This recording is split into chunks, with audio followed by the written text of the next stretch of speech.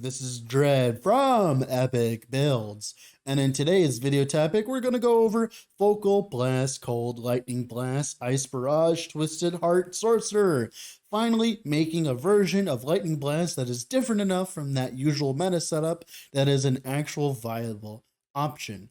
I just want to be clear in this video that this is not better than Static Orb Lightning Blast Orc. It is just simply a different way of playing Lightning Blast. Sadly, it's not as good as Convergence is, but you know what? Convergence is insanely busted. So, if you're halfway to that, then it's fine. So the concept of this build is to utilize Focal Blast, which pretty much makes our Lightning Blast into a column attack, and then we convert every chain into just 30% more damage.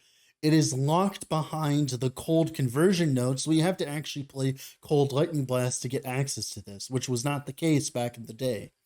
In my current setup, I am getting over 120% more damage from this node, which is great. With some plus level skills, you could easily get way more than this though. This allows us to clear and do our single target with one skill, but we do end up requiring some help from Ice Barrage. Ice Barrage has a node in it, Frost Armor, which gives us global 60% more cold damage while Ice Shield is active, which is part of Ice Barrage that gives us a small little shield that blocks projectiles. We can have a decent uptime on this, and to be honest, this node is kind of the only reason to ever go Cold Lightning Blast over Lightning Blast, as Shock and Conversions are insanely strong as of patch 8.5. Ice Barrage does assist in our clear as well, because we end up shooting a bunch of random projectiles everywhere, which helps killing trash and helps apply armor shred onto bosses. It also helps us proc Prismatic Gaze for us. So we are running a two-handed staff, so we can get as much flat adaptive spell damage as possible. Normally, this is not worth it, as a base crit catalyst is superior, but Lightning Blast has Storm Razor, allowing us to gain an extra 3% base crit. This combined with Prismatic Gaze, which gives us 4% base crit, is enough to make up for the loss of spell crit catalysts. And Prismatic Gaze also gives us all of our resistance shred. If you're unfamiliar with how this functions, simply as you cast sub 40 mana cost skills, in this case Lightning Blast, you will gain a stack of Prism Shards, which stacks up to 5 times. When you use a skill that's over 40 mana, in this case Ice Barrage, it shoots out shards equal to the amount of stacks that you have, homing on targets and shredding elemental resistance, which is shorthand for shredding fire, cold, and lightning res at the same time. This allows us to not have to run Cold Shred on Herot if we don't want to, so it's just free damage. We then eventually want to run a setup with Lightning Aegis and cast speed while you have Lightning Aegis idols. Problem is, my gear isn't good enough to make the change, so I opted for just crit idols instead for now. Eventually, I want to swap over, but I haven't made the change yet, as my sorcerer gear is less than optimal at the moment because I barely ever play sorcerer and I'm trying to change that. One important thing about our offensive setup that I had to find out the hard way, since we are running a staff, it cannot roll armor shred as a suffix, meaning we only have 2 places to get it, amulet or gloves. Right now, I have it on the gloves and it works fine. Even at an 84% chance, we hit enough thanks to Ice Barrage and Lightning Blast, and with the Prismatic Shards from Prismatic Gaze as well. This just gives us a lot of more damage versus bosses, which is great for our endgame DPS. For our defenses, we just run a simple Twisted Heart and Prism Wrap setup. The idea is, every time we cast Lightning Blast, we sacrifice 15% of our HP to convert it into ward, which then we leech it back with the powerful leech from Prism Wraps and the spell leech blessing from the Black Sun. This allows us to scale ward really hard on single target for not much investment, and lets us tank things we normally wouldn't be able to as a sorcerer, like Jurla's Cold Wave. Now, you could probably make a different version where you utilize Fractured Crown, but I didn't want to be paying for the mana cost of Ice Barrage while also losing mana from taking damage, so I opted out for Twisted instead and ran a Prismatic on the helmet instead. This build ended up feeling kind of great to play, and it's kind of fun to make a non-convergence Lightning Blast work, as the Sorcerer meta has been very stale. Now, this doesn't outperform Static Orb Lightning Blast in any way, of course, but it is more of a fun offshoot you can try if you're bored of the normal bread and butter of Sorcerer. And this build really surprised me. Perry and a viewer of his were talking about the other day on stream about Focal Blast and how to use it, and this ended up being the result of that. Now, there were some talks about using Static Orb to kind of like give you 5 extra chains for your next few casts of Lightning Blast. I think it's 2 extra chains. And sadly, that's a little clunky because you have to cast Static Orb, Ice Barrage, then Focal Blast. And it's kind of like, you know, that's a lot of casting in the end. So I opted just for Ice Barrage, and it seemed to work just fine. If you ended up enjoying the content, I'd suggest leaving a like on the video and subscribing to the channel, as that's the best way to support my efforts here at Epic Builds, and also the best way to tell YouTube that I'm doing a good job. With all that being said, let's get into the video, shall we? Alright, here we are in game with the build. This is the Sorcerer. So the build rotation, i.e. like your skill rotation, is just going to be simply, while you're doing Monolith, you want to utilize your teleport to get the extra free spell, so that you can use your Ice Barrage for free mana while you're doing Monoliths. So you don't really have to worry about your mana as much in the Monoliths. Now, when you're on a single target, you do actually want to use your Ice Barrage, not with this, because so the Prism Shards only count when you use your mana. So for instance, here we have the Prism Shards, right? And I teleport and do that. It does not use the Prism Shards. But if I just simply attack and then attack, then it will use the Prism Shards. So you definitely want to be utilizing your mana when you're doing a single target fight, and then you can use Focus to get your mana back when you're at negative mana. But while you're clearing, that doesn't really matter, so you can kind of just, you know, run through the Monolith, do an extra few Focal Blasts, and that usually does a pretty good job. Now for single target, of course, we just simply literally just hold down buttons. This build has a lot of leash and a lot of ward sustain, so it's pretty easy to just simply just slam your slam your fingers down and just keep going. And it's pretty good doing that. I'm pretty happy about it. That's pretty much it for the skill rotation. Now for the skills themselves. For Lightning Blast, so we take 2 points travel into Volatile Lightning. This gets turned into Chill later. 1 point into Supercharge Flows. This makes it so that our lightning damage turns into cold damage. And of course, as well, it turns Shock Chance inside the tree to Chill Chance. So for instance, if you have Shock Chance on your weapon or from a different source, it will still apply Shock Chance. Right, it'll still apply shocks, which is great because we need shocks for Shatter Shock later. Then 2 points travel into Bitter Burst. We're not playing around freeze multi. Sorry, my head's in the way, but this point's doesn't matter. It's just like points of travel. Then for the last point here, I got to move my head a little bit, is gonna be Focal Blast. Now Focal Blast. Let me move my head here. Focal Blast. It makes it so that Lightning Blast deals all of its damage to enemies in a line, no longer chains, and it deals more damage equal to the amount of times you change. So for instance, since we have 4 chains from Arcing Power, we get 120% more damage from this node, which is great, and it makes up for the fact that we're not going Convergence, one of the most busted nodes in the entire game. And that's pretty much it for that part. Now for 2 points travel, we take some cast speeds, great, but it's not important. 3 points into Shatter Shock. This is just a lot of multiplicative damage for free. You do need to run shock on the suffix of your weapon, otherwise you won't be able to shock with this itself, with Lightning Blast, because of course this turns into Chill.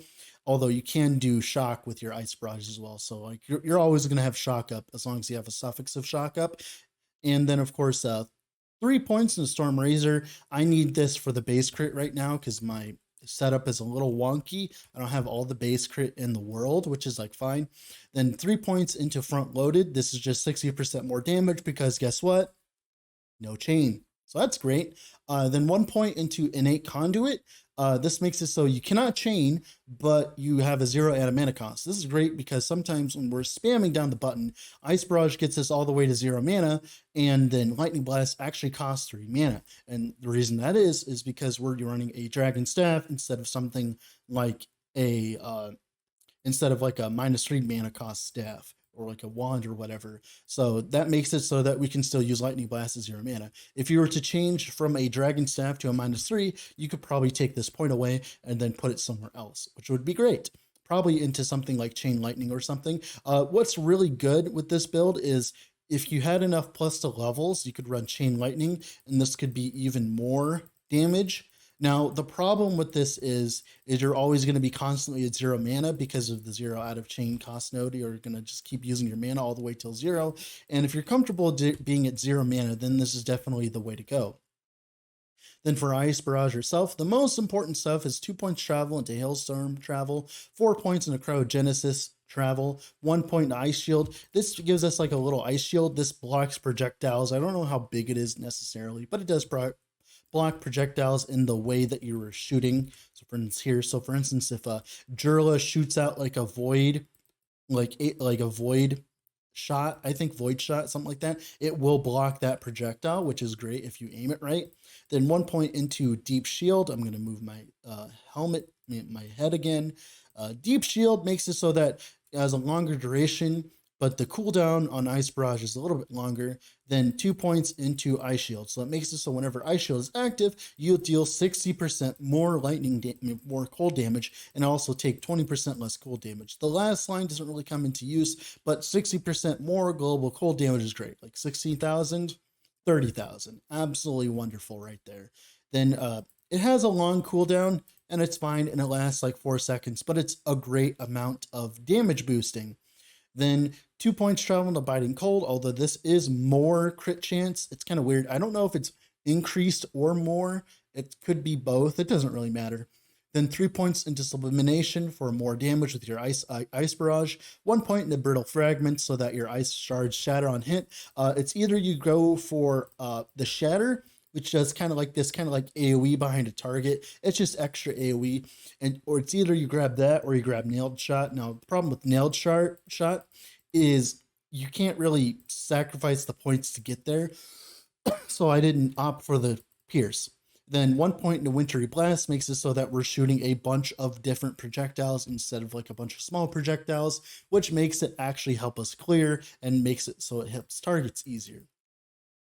Then we take 2 points into Eternal Winter. The duration on the Ice Barrage makes it last as long as possible so that we can absolutely spam the hell out of it. Then 1 point into Challenge the Elements makes it so that we just get a bunch of increased fire rate when we're attacking a boss with it, which is great for helping us reach Armor Shred Cap. And that's pretty much it for Ice Barrage.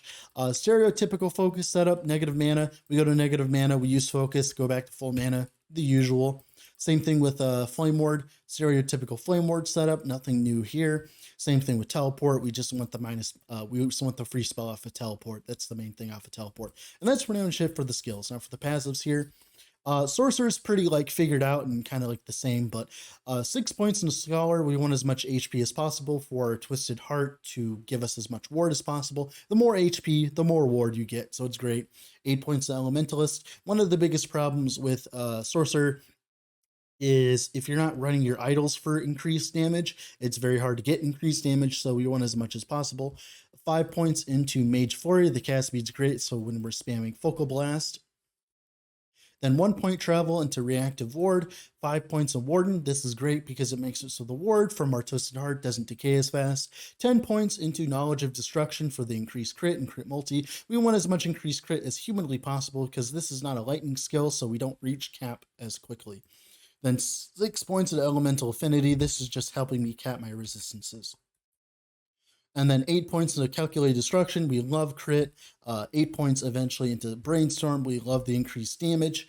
5 points in Arcane Momentum. A lot of cast speed. Sorcerer loves cast speed. Then 1 point travel into Chronomancer. 5 points into Chill the Bone. That Cold Pen is great because we don't have that many ways of like shredding resistance outside of Prismatic Gaze because we are not a lightning build. So we got to take what we can when we can.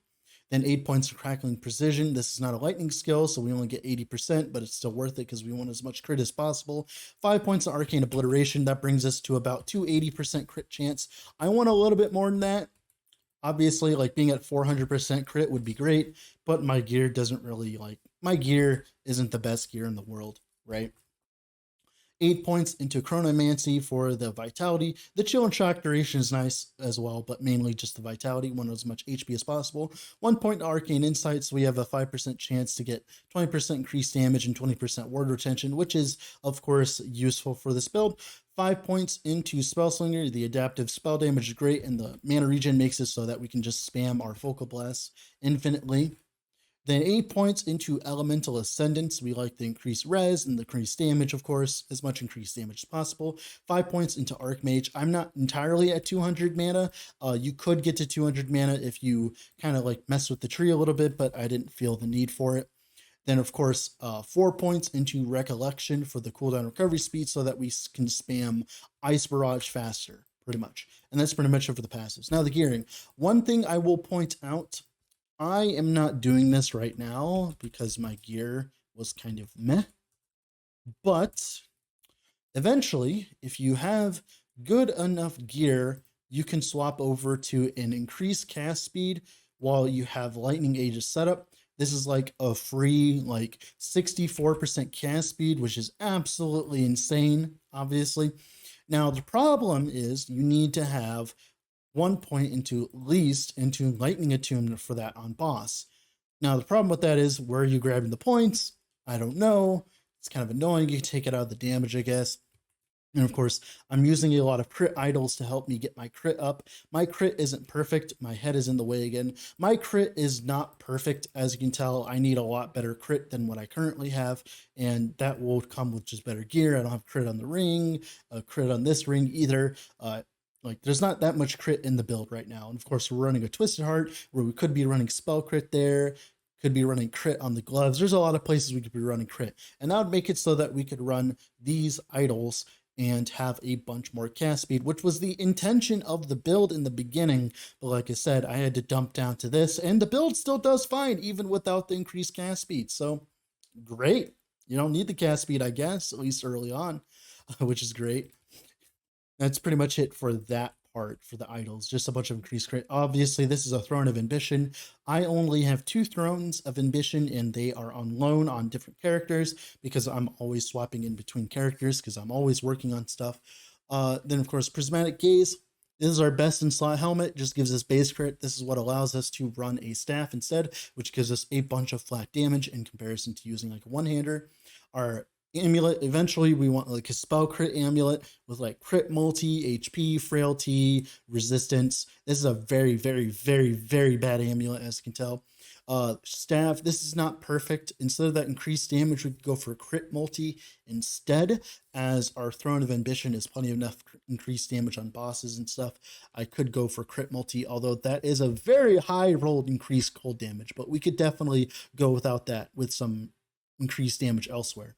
Our chest, I'm running a Prism Wraps. I finally managed to land a good Prism Wraps after like 2 months of working, and I think I've bricked 12 different Prism Wraps since like I've been playing, and like, oh my goodness, it took this freaking long to finally land one. I'm just like, finally, I've bricked so many of them, and now we have an HP Prism Wrap, so I'm happy.